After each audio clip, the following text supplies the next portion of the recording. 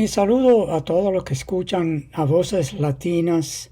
Este es su programa Venezuela Viva, este 28 de abril 2022. Les habla Nino Paglicia, quien les desea un feliz día a toda la comunidad latinoamericana. Antes de entrar en tópico, empezamos recordando una fecha memorable. Líderes de la Revolución Bolivariana de Venezuela conmemoraron hace 5 días los 3 años de la victoria popular contra el golpe de Estado que un grupo de militares y opositores del país intentó concretar el 30 de abril de 2019. En una concentración sobre el distribuidor Altamira, un paso vehicular del área metropolitana de Caracas, que los golpistas tomaron como centro de mando hace 3 años, el vicepresidente del Partido Socialista Unido de Venezuela, Diosdado Cabello, resaltó la valentía del pueblo y los organismos de seguridad que enfrentaron y redujeron la conjura militar. Debemos recordar elementos fundamentales de ese día, como la traición, comentó Cabello, en referencia al puñado de militares que se sumaron al golpe. Dirigido por el entonces jefe de la Agencia de Inteligencia venezolana, Manuel Christopher Figuera, e ideado por algunos dirigentes opositores que se fugaron del país para no enfrentar a la justicia. En ese sentido, Cabello instó a que sea el último intento de alguien de traicionar a nuestro pueblo y arrodillarse ante el imperialismo norteamericano. Ha valido la pena vivir y luchar en revolución, ha valido la pena enfrentarlos una y mil veces, ha valido la pena decirle al mundo: somos libres, soberanos e independientes. Mas nunca volverán a Venezuela los traidores y los vendepatrias. Eso dijo Diosdado Cabello, rodeado de figuras importantes del gobierno y con una parada de efectivos militares y policiales del país. El tópico que vamos a cubrir hoy es un evento muy importante que se está preparando en nuestra región. Se trata de la 9ª Cumbre de las Américas, que tendrá lugar del 6 al 10 de junio en Los Ángeles, California. Este es un evento que se realiza cada 3 años y este año se prevé que Estados Unidos tendrá mayor interés en dominar la atención pública y los resultados. El título propuesto es Construyendo un futuro sostenible, resiliente y equitativo para el hemisferio occidental. Esto no será más que el intento de Estados Unidos de llamar al orden los países de su patio trasero. Según el periódico pro-gobierno estadounidense Miami Herald, la administración Biden utilizará la próxima Cumbre de las Américas para abordar algunos de los desafíos más apremiantes de la región, incluida la migración, las amenazas a la democracia y la recuperación económica de la pandemia. Ahí van las palabras claves. Migración. Ese es un problema causado por la política exterior intervencionista de Estados Unidos y que afecta a Estados Unidos. Él es el único responsable por crear puntos de presión económica y política en América Latina que conducen a la crisis migratoria en gran parte involuntaria o forzada. Venezuela es un ejemplo de eso. Los supuestos varios millones de emigrados venezolanos salieron en lo peor de las llamadas sanciones y crisis económica liderada por los Estados Unidos. Muchos venezolanos están regresando ahora que las condiciones en el país están mejorando. Segunda palabra clave, amenazas a la democracia. Esta es una de las retóricas más descaradas de Washington. La democracia estadounidense solo es aceptada en condición de acatar la dominación de Estados Unidos en todo sentido. No tiene nada que ver con participación popular o partidos políticos o elecciones. El proceso electoral en Bolivia, en el que Evo Morales era reelecto en 2019, no fue suficientemente democrático, entre comillas, es decir, léase sometido a Estados Unidos, y entonces con un golpe se restableció la llamada democracia estadounidense. Estados Unidos y por supuesto Canadá deciden que las elecciones en 2018 en Venezuela, que eligió Nicolás Maduro con todas las garantías democráticas, no eran aceptables. Léase ahí, el chavismo no es amigo del imperio. Y entonces Washington y Ottawa se atribuyen la autoridad de decidir no tan democráticamente y reconocer a un desconocido y sin elecciones como presidente de Venezuela. Sí, existe una amenaza a la democracia. Esa amenaza viene de los Estados Unidos. Tercera expresión clave, recuperación económica de la pandemia.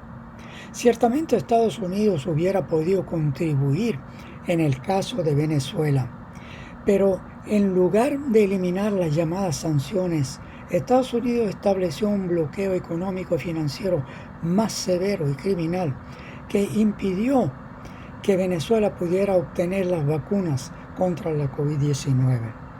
Los venezolanos fueron rehenes de la política inhumana de Estados Unidos. Ha sido gracias a Rusia y China que Venezuela ha venido controlando exitosamente la pandemia, según recientes informes del gobierno de Maduro. De nuevo, el Miami Herald nos proporciona una idea de cuál es posiblemente la mayor preocupación de Washington, es decir, la lucha contra la desinformación en la región que llega en un momento de la guerra de Rusia en Ucrania.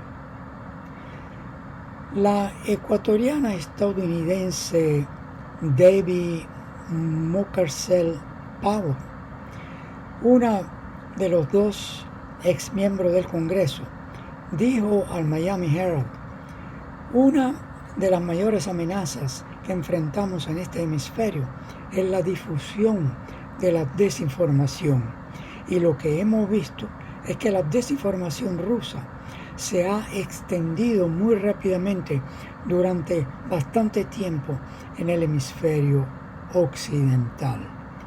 Ahí viene de nuevo desinformación rusa. Hay conceptos controversiales en esas dos palabras. Lo que Washington llama desinformación es la perfecta excusa usada para imponer la mayor censura a nivel global de todo lo que pretende dar una opinión distinta a la emitida por la propaganda oficial de Estados Unidos. A esa censura se han unido medios que supuestamente predican libertad de expresión, pero igual que en el caso de la democracia, solamente cuando la expresión es a favor de los intereses de Washington. Medios rusos han sido silenciados en lugar de intentar refutarlos o presentar pruebas que demuestren la supuesta desinformación. Muchos hemos sufrido o conocemos a alguien que ha sufrido el bloqueo de su cuenta en los medios sociales por promover otro punto de vista u opinión. Y luego la palabra rusa, que hoy se ha vuelto sinónimo de abominable, temeroso, horrible, inferior, con la intención de fomentar el racismo, con la noción de ellos no europeos e inferiores versus nosotros europeos y superiores.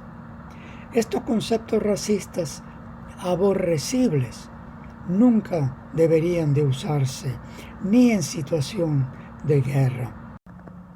Los Estados Unidos y sus aliados no pierden ninguna oportunidad para fomentar la rusofobia y al mismo tiempo la venezuelafobia.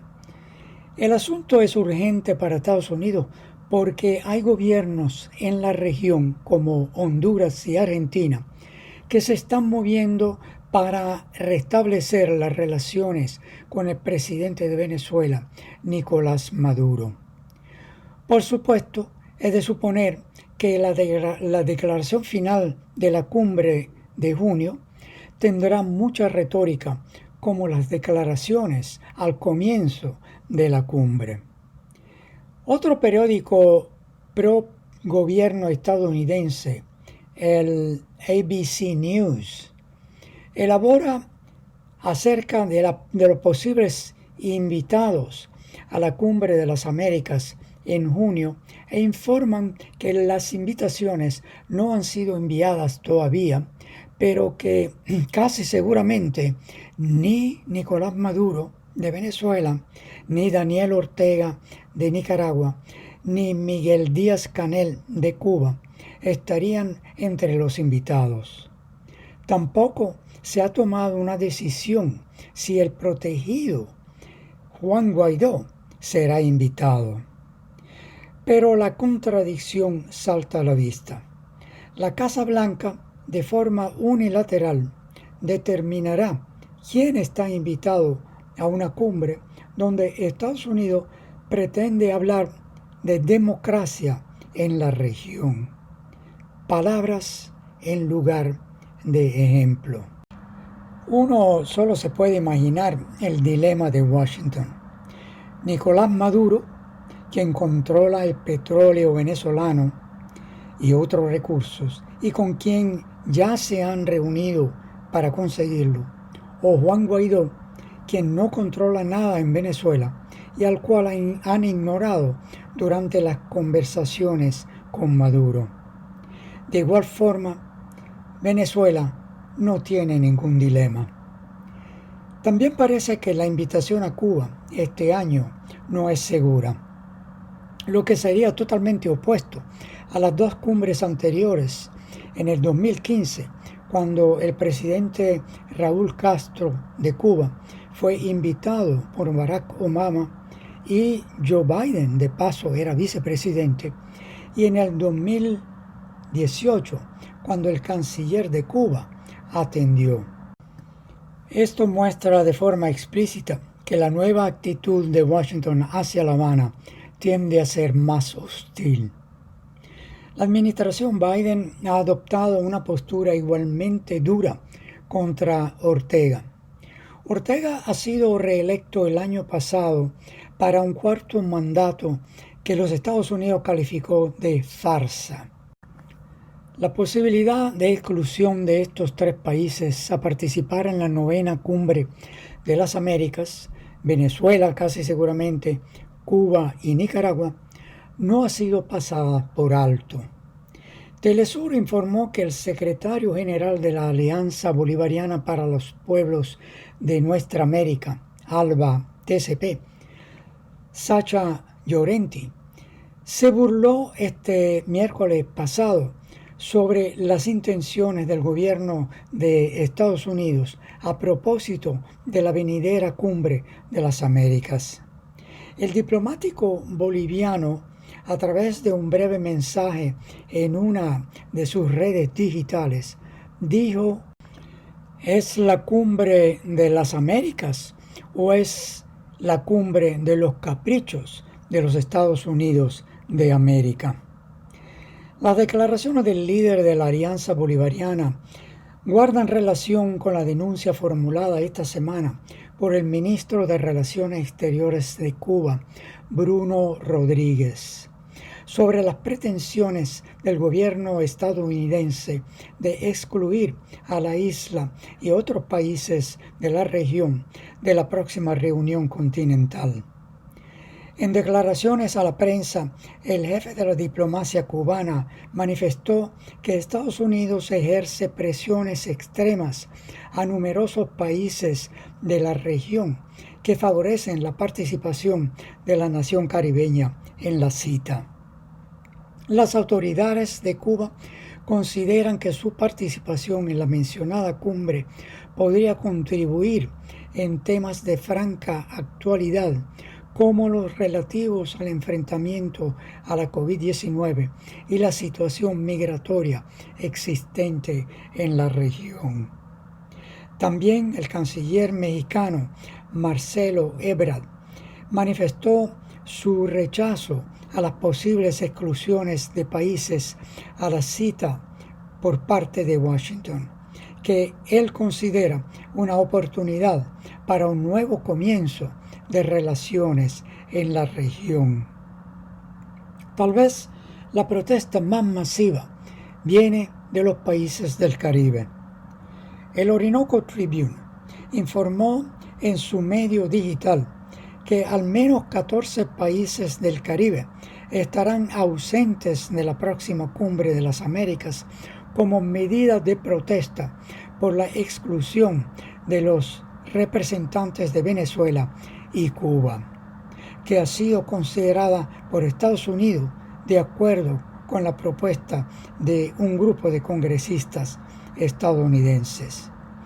Así lo declaró el embajador de Antigua y Barbuda ante los Estados Unidos y ante la Organización de los Estados Americanos, Sir Ronald Sanders.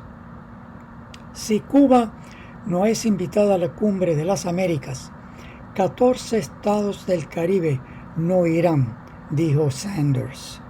Al igual que si se sigue reconociendo a Guaidó, varios estados del Caribe no irán. Durante los últimos 20 años, la presencia de los países del Caribe en el escenario geopolítico internacional se ha hecho más visible. Esta expresión de solidaridad regional es una muestra de ello.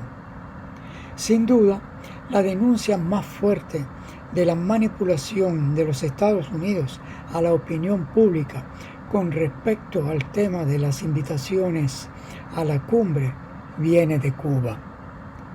El ministro cubano de Relaciones Exteriores, Bruno Rodríguez, hizo declaraciones a la prensa de casi 3.200 palabras. Según el diplomático cubano, los Estados Unidos engañan a la opinión pública y a los gobiernos del hemisferio al expresar que aún no ha decidido sobre las invitaciones. Gracias a Telesur podemos escuchar a continuación un reportaje desde La Habana y al canciller Bruno Rodríguez en parte de su declaración a la prensa.